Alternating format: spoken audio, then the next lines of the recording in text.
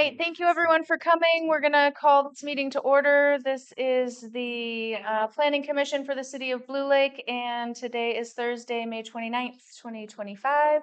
And we are starting at about 7:11 p.m. Thank you all for your patience. We are here live in person at the Skinner store, and we are also available on Zoom for public participation. Our first item on the agenda is approval of the minutes, but they are not yet available, is my understanding, because our most recent meeting was just May 19th, so those will be available at the next meeting. And we can move on to item 2, which is public comment. So this is public input, and the public is invited to present petitions, make announcements, or provide other information that is relevant to the Planning Commission for the City of Blue Lake, to our scope and authority. And this is for things that are not on the agenda. And so we can provide up to 15 minutes for this public input session. And each individual, in order for everyone to be heard, gets a time of 3 minutes. So if there's anyone who wants to provide public comment for items that are not on the agenda, now would be your time. Yes, seeing one. Kent, I just go by Kent now, so my son doesn't get blamed or put on lost coast for things that I do. So, I need to really quickly vet myself for you.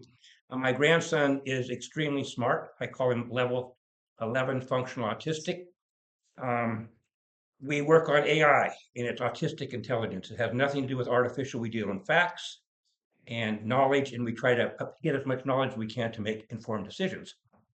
So I'm going to try and help you on some of those decisions. I did last meeting, and you weren't here last time. I did make mention to try and help the city of Blue Lake in planning because it does have major thing to do with budgets. Apparently, the point of service for the Great Redwood Trail is City Hall and here. And I just wanted to point that out. If there's major lawsuits, the city will be named in those. And there's talk about that as the Great Redwood Trail goes through its process. So highly recommend that you get a point of service other than here, because when we file lawsuits, we do file wherever the point of service is. Also, for other people regarding planning, I highly recommend that I deal with other autistic people, very smart. And Aaron McClure is very smart. And anybody here in the room who might be inclined to fire off fireworks that disturbs our animals, as far as planning and think we do have ordinance regarding that, highly recommend nobody engage in firing fireworks off the 4th of July other than safe and sane, and follow the rules and those things. That's very important for all of us. It's part of the planning process in our ordinances. So I'm going to have some input later on this particular project, and I hope that everybody takes a chance to listen and reflect on it. Unfortunately, you're not able to see what happened last meeting. So this is a continuance of a meeting, and it's not recorded. So you're kind of coming in blind. Anybody who wasn't here last time, there's a process for this. My understanding is if somebody has an objection to a decision that's made here, if there's somebody here who doesn't live in Blue Lake, or for any other cause, it gets appealed at no charge to the city council for further decisions. So it's best to get your decisions done right at this level. Appeal processes can be quite time concerning and slow down projects. So I hope you folks reflect upon some comments that will be made later in the process. Thank you for the opportunity to speak. Thank you for your comment. Is there anyone else here in person before we go to Zoom? Nope. All right, we will move to Zoom. Julie, I see your hand up. Go ahead. Thank you. Yes, Julie Christie. I can hear you guys very good on Zoom tonight, so just giving a sound check there. I hope you can hear me in the room as well. I would like to promote helping staff in any way possible and thanking staff with continuing to have our planning commission meetings posted, the recordings. And I'm not sure if Justin is there this evening. But just having that record maintained open to the public, like our last meeting, having that opportunity to have that public record prior to this meeting would have actually been more appropriate to have further discussion. And keeping up the thought that when we do have big discussions and stuff coming at you guys, to perhaps develop some ad hocs. And then that way you can progress with kind of finer detail stuff and speed up some of the process. So thank you again for Zoom. I really appreciate it. Thank you, Julie. Is there anyone else on Zoom or here before we move on from public comment on non-agenda items? All right, seeing none, we'll move on to item 3, which is approval of tonight's agenda. Make a motion to approve the agenda. All right, we have a motion. Do we have a second? I'll second it. Great, we have a motion and a second. All those in favor, or do I need to take public comment? Is there any public comment on the approval of the agenda as written? All right, seeing none, we have a motion and a second, and we'll call for a vote. Are we doing roll call votes? Are you gonna do a roll call vote or? It's usually just a consensus vote. If y'all say aye, then great. Okay, great. All those in favor? Aye. Aye. No one opposed. All right, it passes. We have an agenda. Our discussion action item for tonight's main item is item 4 on our agenda, which is an application for a conditional use permit for the Botawat Watershed Council for the Powers Creek Restoration Project. And the goal of that project is to restore salmon and riparian habitat in the lower Powers Creek area to increase the abundance of coho salmon and steelhead populations in the Mad River. And so this project proposes restoring about 3,500 linear feet of Lower Powers Creek from just upstream of the bridge that's above the confluence with the Mad River down to the culvert at South Railroad Avenue near the city's downtown. And this project would occur on 11 properties, 6 of which are owned by the city of Blue Lake and 5 of which are under private ownership. And the grading limits for the restoration reach would be approximately 6.15 acres, and there would also be approximately 1.46 acres of additional revegetation areas outside of the grading limits for a total of about 7.61 acres. And project implementation is anticipated to occur in 2 to 3 phases, depending on the availability of implementation funding.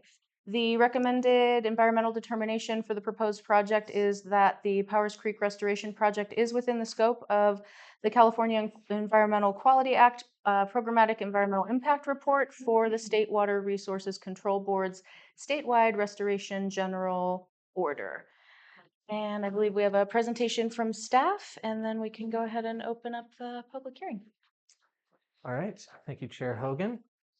I have a mask on this evening, so you may not be able to hear me as well, and hopefully I don't start coughing at any point, but I'll do my best.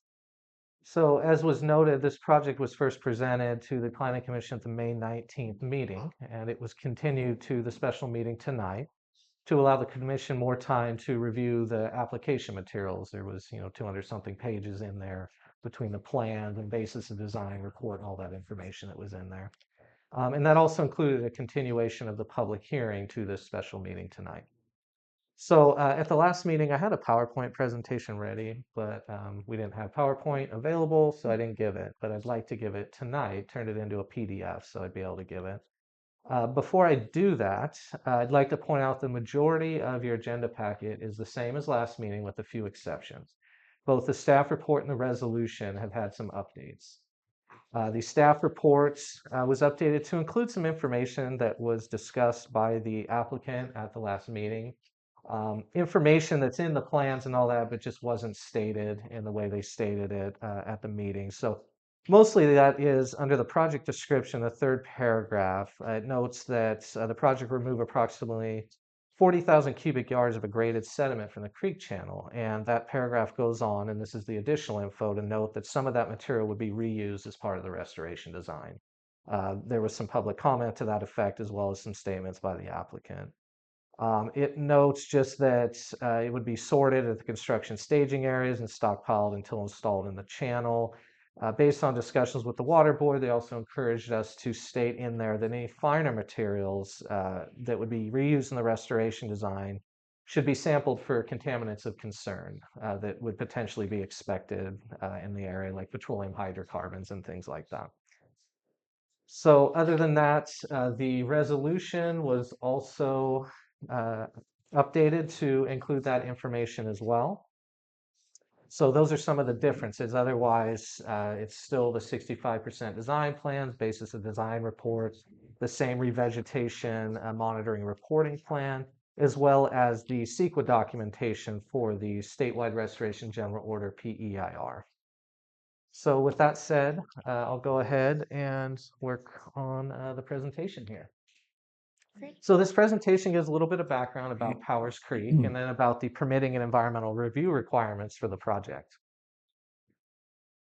So starting with this page here, this is just a little background about what happened to Powers Creek back in the 40s when it was modified to make way for the McIntosh Mill. And we've got a 1941 photograph here. We've got the blue line here showing the alignment at that time, and then the red line showing how it was really straightened out and channelized. And I believe even prior to this time, it actually made its way closer to Hatchery Road and into, at that time, what was the North Fork of the Mad River, as opposed to the main stem that you see at that location today. Next, does that sound like it just, oh, sure. So here's another aerial photo. This is from the Schuster collection, which you can get through Cal Poly Humboldt. This individual took oblique photos of old mill sites back in the late 40s and 50s. This one actually looks to predate the McIntosh Mill, but a few things are identified here, such as a location of the future log pond. You can see some of what was done with the grading to Powers Creek, how it was channelized there, how a connection to the log pond area was developed, how it was stripped of vegetation, and just generally degraded. Obviously, that's not a natural condition for the stream. So just some more info about what happened in the late 40s. Now you can see the McIntosh Mill there. Lower Powers Creek was realigned, channelized, and as I noted before, stripped of vegetation to make way for the McIntosh Mill and its log pond. It's really been in a degraded condition since. It's filled in with non-native vegetation, which has choked the stream out. It has aggraded. Here you can really see, you know, what they did to it at that time.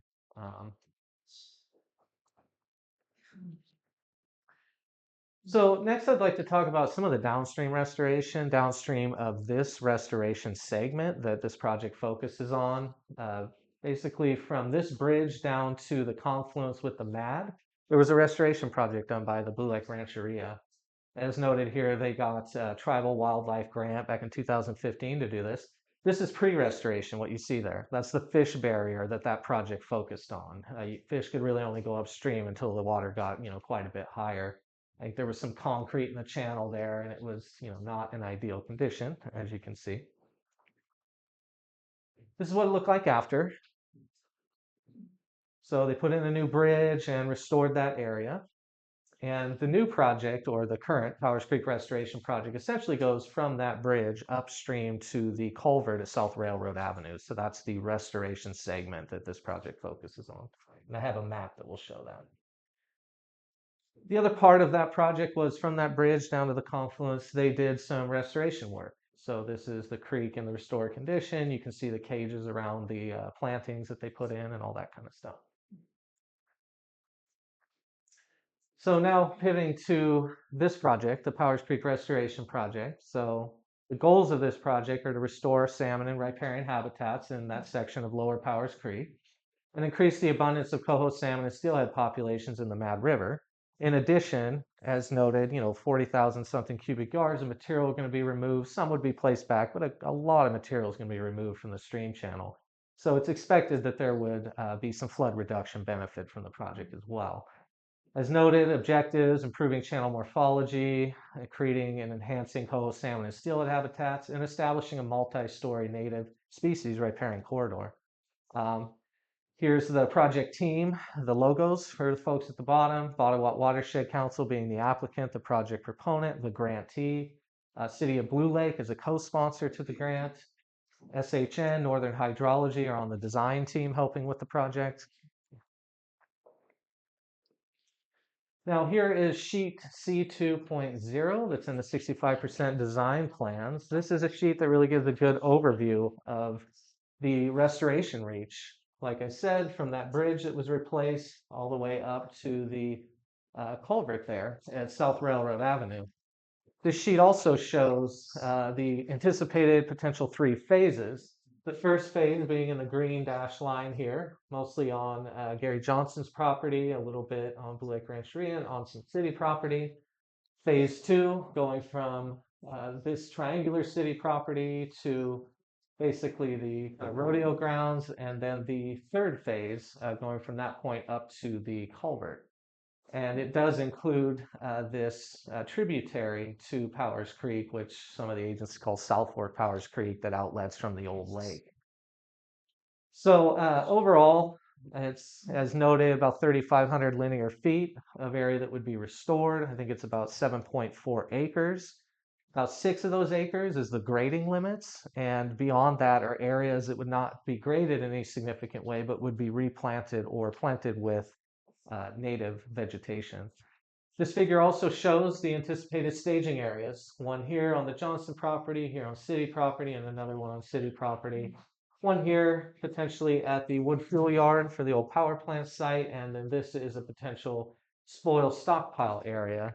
Project team's also looking for other locations, potentially on the Johnson property where the soil spoils could go for, say, phase 1, potential trucking to Kernan. There's a variety of options being looked at.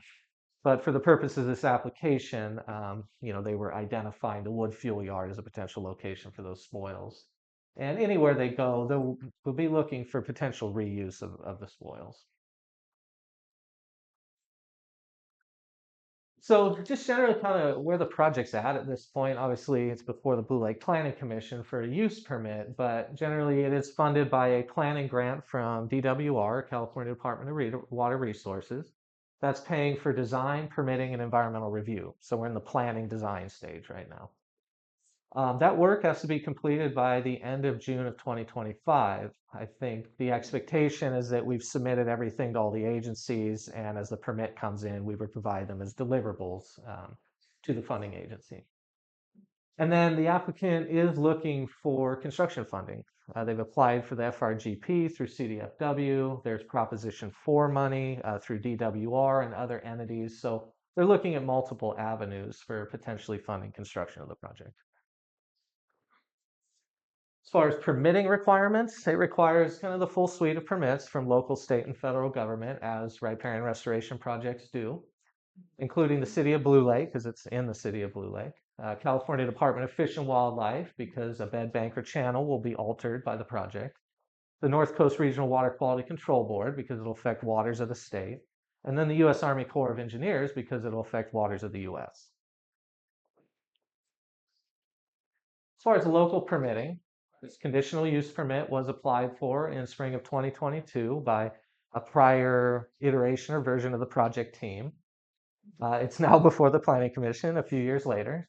They have done a lot of work to modify the design to meet agency requirements. The City of Blue Lake is acting as CEQA lead agency for this because a use permit is required. And in consultation and coordination with the State Water Board or their regional board, the North Coast Regional Board, we have had them determine that the project is eligible for the statewide restoration general order, which is commonly used as kind of a streamlining permitting pathway for restoration projects. And so the CEQA determination that's recommended is that the project is consistent with the programmatic EIR that was prepared for the state restoration general order. And you'll see some of those materials in your packet. There's a discussion on environmental review in the staff report, and then an attachment that's filled out on forms provided by the Water Board explaining the determination and what mitigation measures from that EIR are applicable to this project. Also from the City of Blue Lake, a flood development permit. This is going to alter the stream channel and potentially flood levels. And so a flood development permit is needed, and potentially later a letter of map amendment after the project has been constructed. That letter of map amendment happens with FEMA. And then a grading permit. There's a fair amount of grading that's going to happen, so a grading permit's needed from the building official. So a little more about the programmatic EIR for the statewide restoration general order. This is the cover of the final EIR that was adopted in 2022. A lot of entities doing restoration projects can act as lead agency and rely on this document as CEQA coverage for their projects.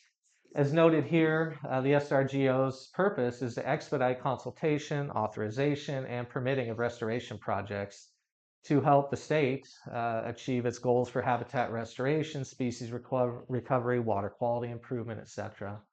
So as I noted, project's been determined by Water Board to be eligible for coverage under the SRGO.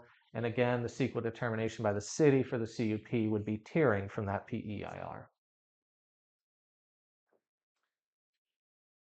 Then we also have the other permits from the state and federal agencies. Again, CDFW has to issue a lake and stream bed alteration agreement because the bed bank or channel of a stream is being altered and it's in their jurisdiction. Then the North Coast Regional Water Quality Control Board project falls under the statewide restoration general order.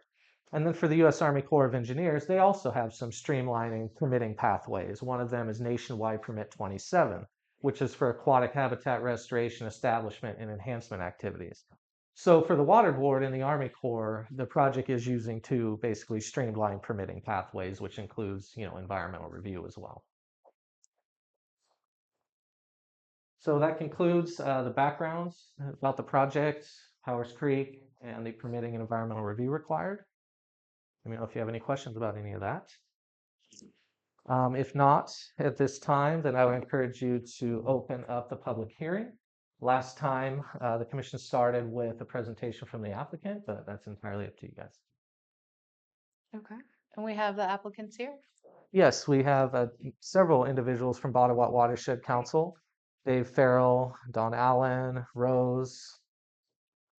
Great. You with them as well? Not exactly. Okay.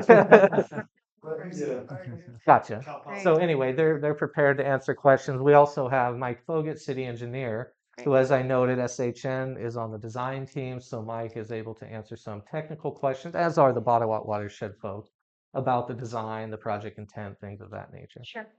Is there anything you all wanted to say before we open it up to public comment? Well, I don't have anything. No? Okay.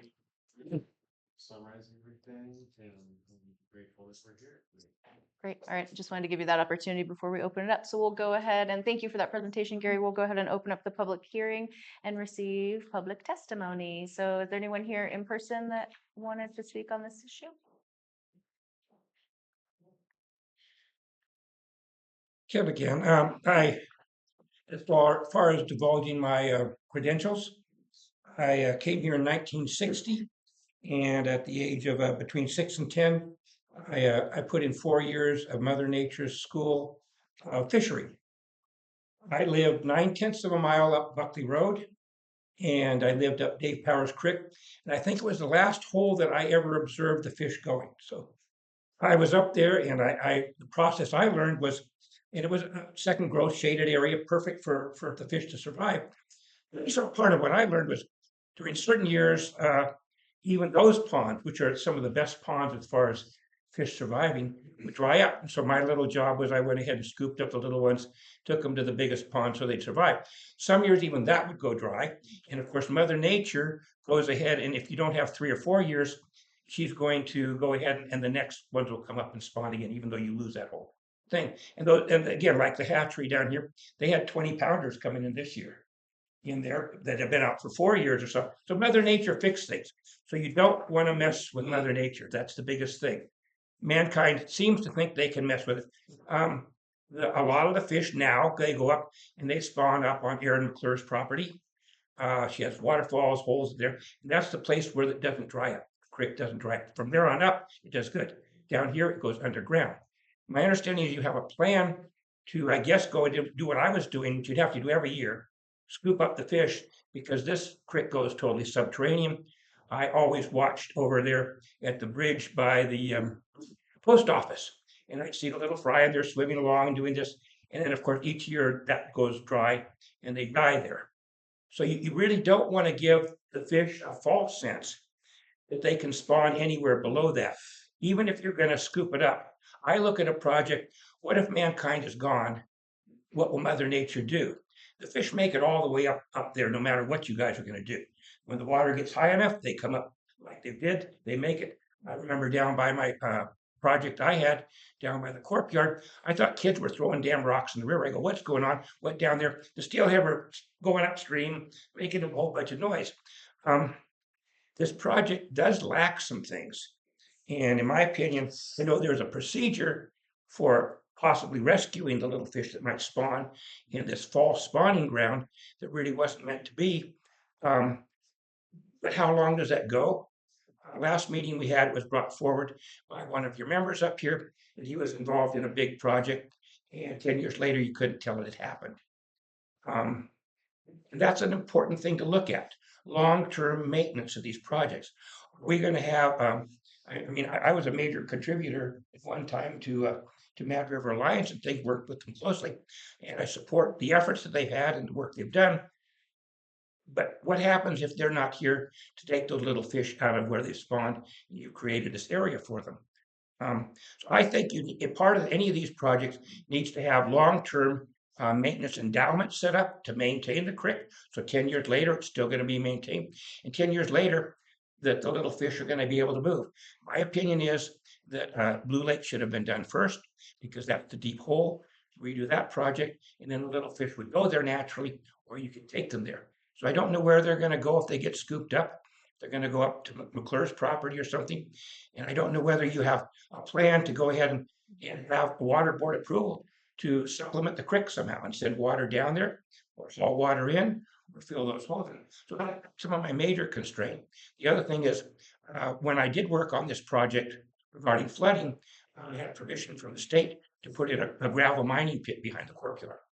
And of course, that keeps the rest of this from filling. The further upstream you get the sediment and gravel out, the less your riffles, your spawning thing will go away. Unfortunately, you're going to be in here every year or two maintaining riffles or anything that's in the project. I appreciate more than 3 minutes. That's appreciated. But this comes from the heart and very practical, listening to Mother Nature and what happens. Unfortunately, we're not sending the water back where it belongs, back up to the North Fork. Just like saying someday the Mad River is going to go back to the bay where it originally went when mankind's out of the way. So thank you for the opportunity to speak today. Thank you. Is there anyone else here in person? Yeah, sure. Actually, I brought this, I can't show it to everybody, but it's a pool of smelt that I found when I was working in the creek this winter, clearing up some big jams.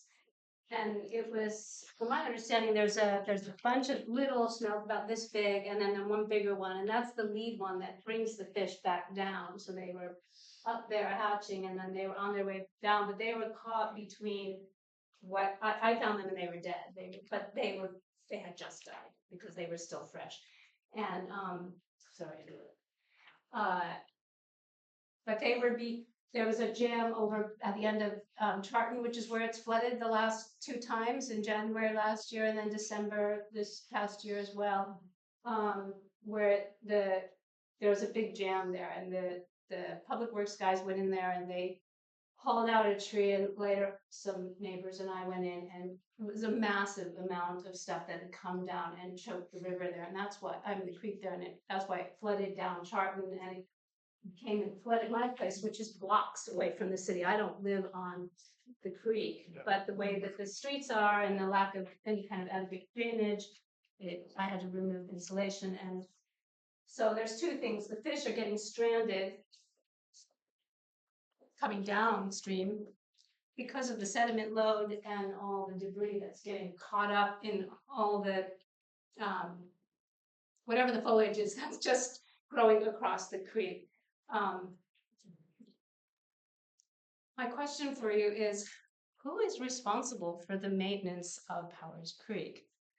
Because for a year and a half, I've been trying to find that out. I've been trying to talk with city staff, city council members, saying, I tried to meet with you.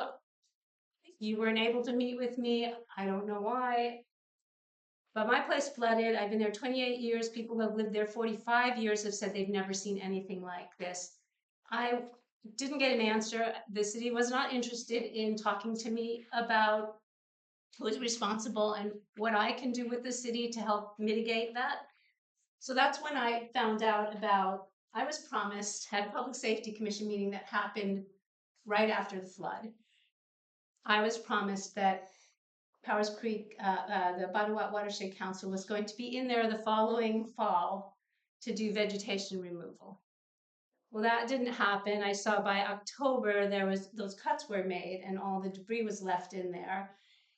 And I found out that it wasn't going to be happening that winter, and that was the year after it flooded. So I went in there by myself and just investigated the whole stretch from the culvert up here in Hatchery down, climbing on my hands and knees underneath and over things down to where Gary Johnson's place is, and it was a mess. And I'm like, no wonder I flooded. Oh my God, what a mess. Who's taking care of this? Whose is this? Whose responsibility is this? And I went to the Public Safety Commission meeting, and they said, you live in a low-lying area, you're on your own. And I'm thinking, but this is infrastructure I don't have any control over. So since I was told that I was on my own, I just went into the creek with a saw and started to move stuff out of the way, take the stuff that had been left in the creek and was hauling it up. I got a few neighbors to help me. It's not really safe for me to be in there by myself doing that. A lot of it was just scooping up stuff. And we worked for months on that. And it did flood again in December, this past December, and then went in to investigate and saw this giant jam that was there, three of them, three giant mounds of jam that also led to this pileup of sediment there. And that's where the fish were, who were stranded. So we just went, let's just get all the stuff out of the creek because nobody's doing anything about it. So the only people that have talked to me about what's going on and are interested in doing something about it has been Ottawa Watershed Council.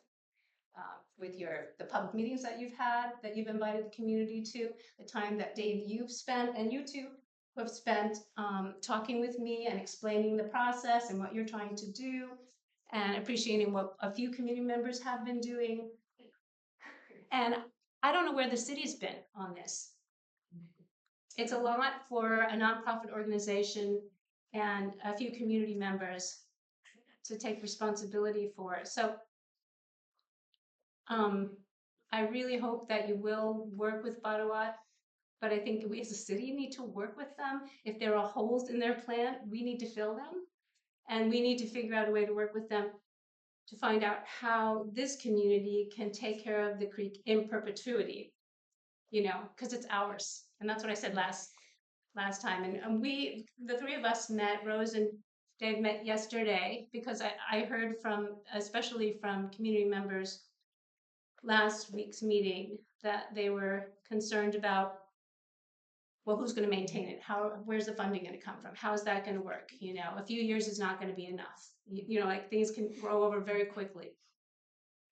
And I suggest that we form a committee, a working committee that's represented by a bunch of all these different city representatives, city officials, city staff, community members, Ottawa Watershed Council, perhaps Humboldt State University. There's lots of people we could partner with. It can be an educational project, that's ongoing.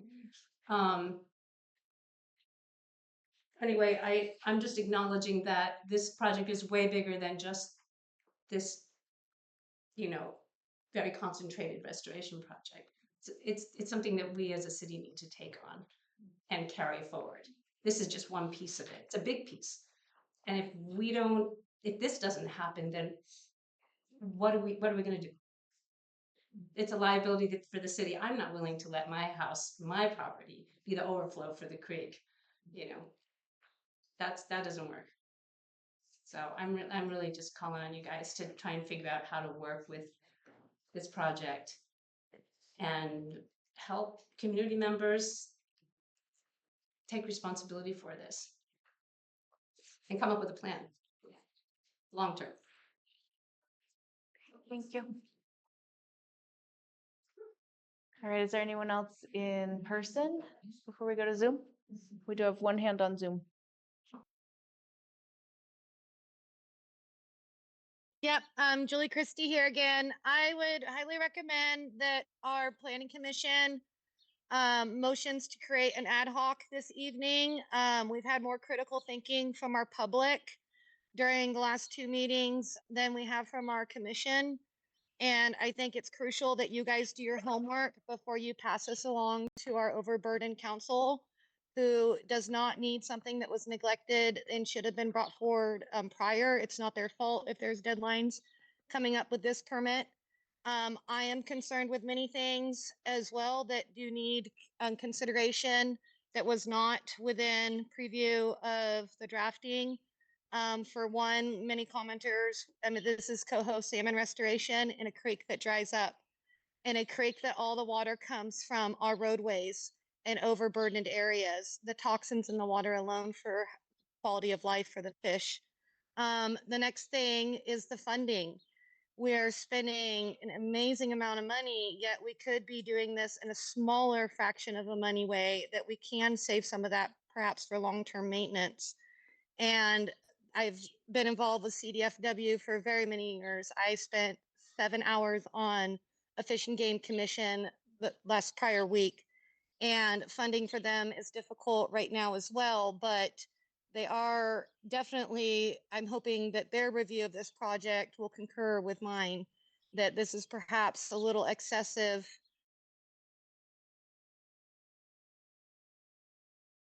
Trail in your guys's specs there, it looks like the walking trail is getting encroached on, the arena's getting encroached on.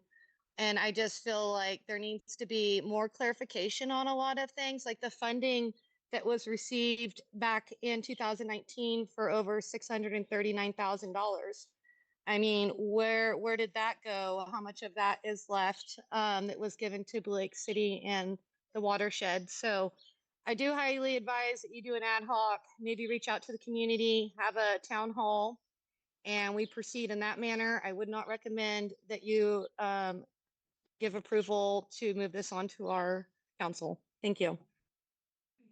Thank you. All right. I'm not seeing any more public comments. Yeah, I'll make it. Oh, sure, great. So I think that bottom line, this creek, Powers Creek, needs to be tended to because the long-term lack of improper management on the creek is causing undue harm on the people and the ecology that lives within the creek. And I know that we clearly have a lot of professionals here today, engineers and naturalists and fisheries biologists that know a lot of great things. But I hear a lot about the future and not what has not been getting done and what still is not getting done in terms of management. So this is a leap forward, and wherever management does start, this is going to be a large contributor to helping to decrease the level of management that needs to go into this creek. And a lot of things are accounted for in this proposal and have been reviewed a million times by planning agencies, by permitting agencies, by the council ourselves. And that's a large portion of where the money has gone because of conversations that we need to keep reiterating and things that we continue to improve on and build on, and all of the holes that we're continuing to close in on.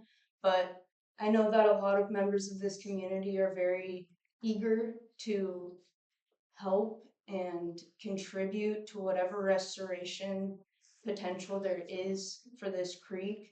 And yeah, I have a lot of hope and faith that, and tons of documents that kind of back this project. And I know that once it does get done, that there's going to be a lot of people to kind of help out with whatever management does come. And I think that this is a great opportunity for the city of Blue Lake to kind of lead by example. And like Karina was saying, even for educational opportunities and ways to bring the community together, because again, it's causing undue harm on the community, and it's time that something gets done about it, and it's just can't get swept under the rug any longer because it's going to keep building up and cause huge issues for people. So thank you. Yeah, thank you for your work. Is there anyone else from the project team? Yeah.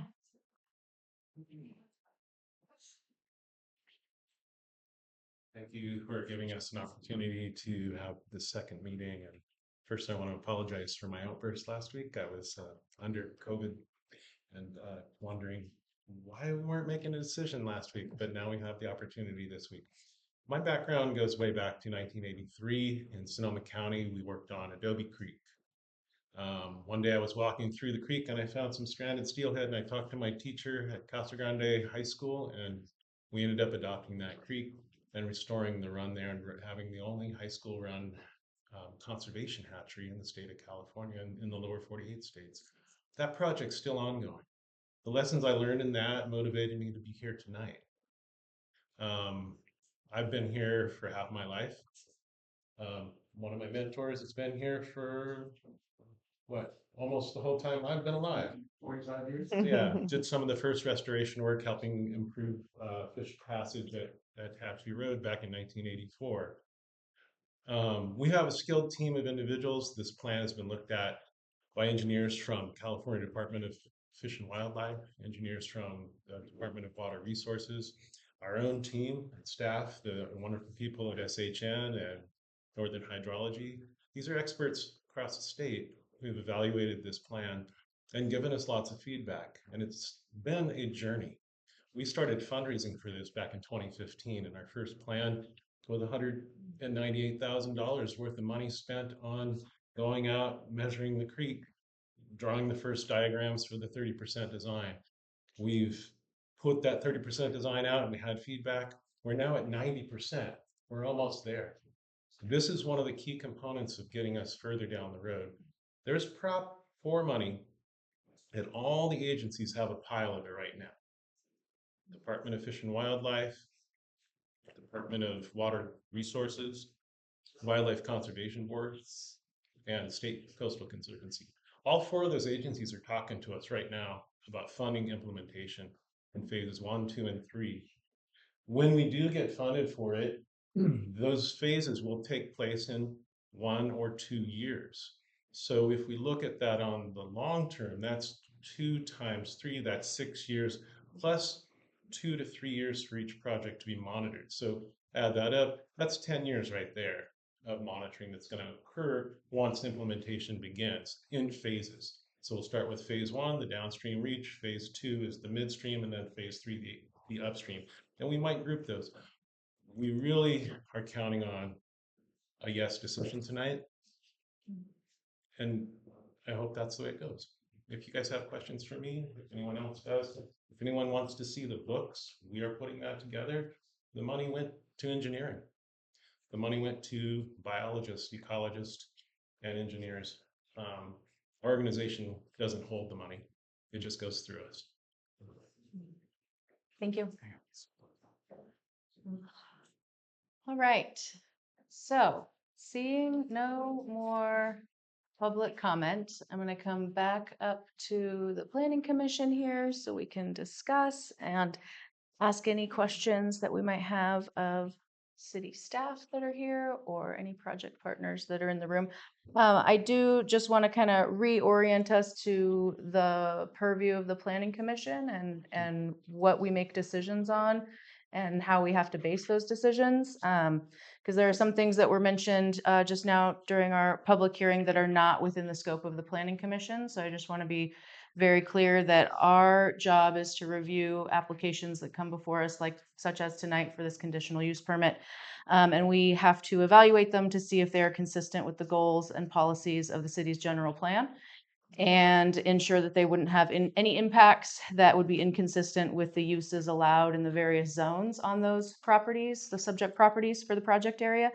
And we have to consider any potential detrimental impacts to the public, health, safety, or welfare to properties or other improvements in the vicinity. And so we have a really narrow focus. We have a really narrow scope, right? So any questions about, long-term management of the watershed, any, partnerships with the city or other organizations are not under the purview of our council. And so what we're really here to consider tonight is, like I just said, whether the granting of this conditional use permit as part of many of the permits that would need to be acquired to have this project go forward, if that's consistent with our general plan and with the zoning. And so that's really just wanted to refocus us and make sure everyone understands the purpose of the Planning Commission and how we have to evaluate permit applications and make decisions. And with that, fellow commissioners, thoughts, questions, comments? I was satisfied last time, so do you guys have anything? Yeah, I mean, I'll just comment on that. I totally agree. Last time I asked for us to continue this meeting mostly because it was a large packet and I wanted some time to just go through the SRGO myself. I mean, I've worked in this industry for 30 years, so I'm very familiar with this type of project. But I just wanted to make sure that everything was in line for myself because I didn't have an opportunity to review all the materials from the Friday to the meeting. Sure. So I've had that opportunity now, and I don't see any concerns. I totally agree with what you say. We have a tendency to a lot of what we discuss, and I don't want to invalidate anything that anyone brings up, but as Elaine says, we have a very narrow focus, and we're here to evaluate the conditional use permit and to make sure that all the boxes are checked in that conditional use permit. We're not here to second guess the engineers or the biologists or anybody else that has been involved in that project. We cannot micromanage that whatsoever. They were hired to do a job, and we are not hired to second guess them. But at the same time, I don't want to discount what folks are bringing up about maintenance and that kind of stuff, but that's not a venue that can be addressed here. That's a venue that needs to get addressed somewhere else. So, and we also can't address how funding is used. The agencies determine how that funding is used. You can't just take a pot of funding and say, well, we want to make the project smaller and do all handwork and blah blah blah. That's not how this process works. Those kind of discussions are for an entirely different environment of how this grant funding is developed and how politics works in general. So I just really wanted to bolster your statement about that because I think it's really important for all of us to understand that. So I went through the SRGO.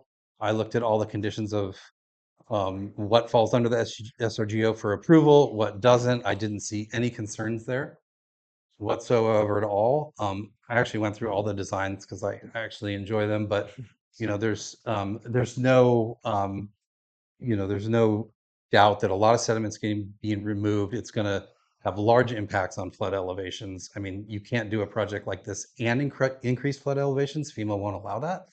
So that's going to have to be certified at the end of the project that flood elevations remained the same or were decreased. And it's painfully obvious that it's going to be decreased no matter what. I mean, so that's really all I have to say about it. Great. Did you have any comments you want to make? No, my only concern last time was largely regarding the sediment relocation. I had a lot more time to examine that section. They answered questions, thankfully, and yeah, I'm okay with that. I don't think that it's going to have a significant impact on the area or business in the area or the functions that were laid down for those areas and their purposes. Okay. I'm ready to make a motion. All right, great. I'd like to make a motion for the Planning Commission of the City of Blue Lake to approve a conditional use permit application for Bottlewatt Watershed Council to allow the restoration of a portion of the Lower Powers Creek in the Opportunity Public Facility, Open Space, Recreation, Mixed Use, and Residential 2-family zones. All right, we have a motion. I'll second that motion. There you go. Great, we have a motion and a second. Any further discussion or comments? All right, all those in favor? Hi. Aye. Aye. Great, the motion carries unanimously. Thank you. Moving Before we go, I'll Yeah, have yeah. you sign the resolution. Okay. Great. All right, we'll move on to item 5 on our agenda, which is miscellaneous planner items. If there are anything from our planning staff, any other noteworthy projects or I'm sorry, I distracted him for a quick second. that's okay. I don't know all of your names to your faces yet. I'm so writing them down. sorry. Oh yeah, no problem. No problem. Yeah, I should have said that when we were making a motion. I could do that in the future. No worries. I'm a quick learner. All right. No, I don't believe we have any other items this evening under miscellaneous planner items. Okay. All right, then we'll move to item 6, which is talking about our meeting schedule for the next 3 months. We have a meeting scheduled for June 16th, July 21st, and August 18th.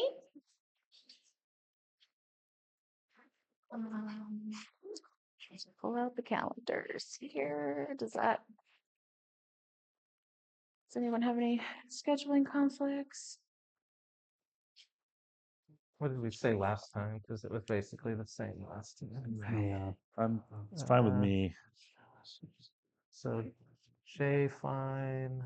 Let's see. Court was iffy on June 16th. Yeah, that's still pretty iffy. Okay. Well, the rest of us will be here, so it looks like we would have a quorum, and potentially there might not even be any items, it sounds like potentially, so. Yeah. We'll keep There it, may not. yeah, keep it on the schedule. Yeah, the Looks like we'll housing have a element quorum. updates before the council now, so I'm not sure there'll be work on it anytime soon, but we'll see. Okay, Sounds great. good. All right, well then, our next item is adjournment. Motion to and- adjourn. Motion to adjourn, okay. I don't know if to vote on it, we have to second, yes, let's adjourn. Aye. Aye. Great, thank you, everyone.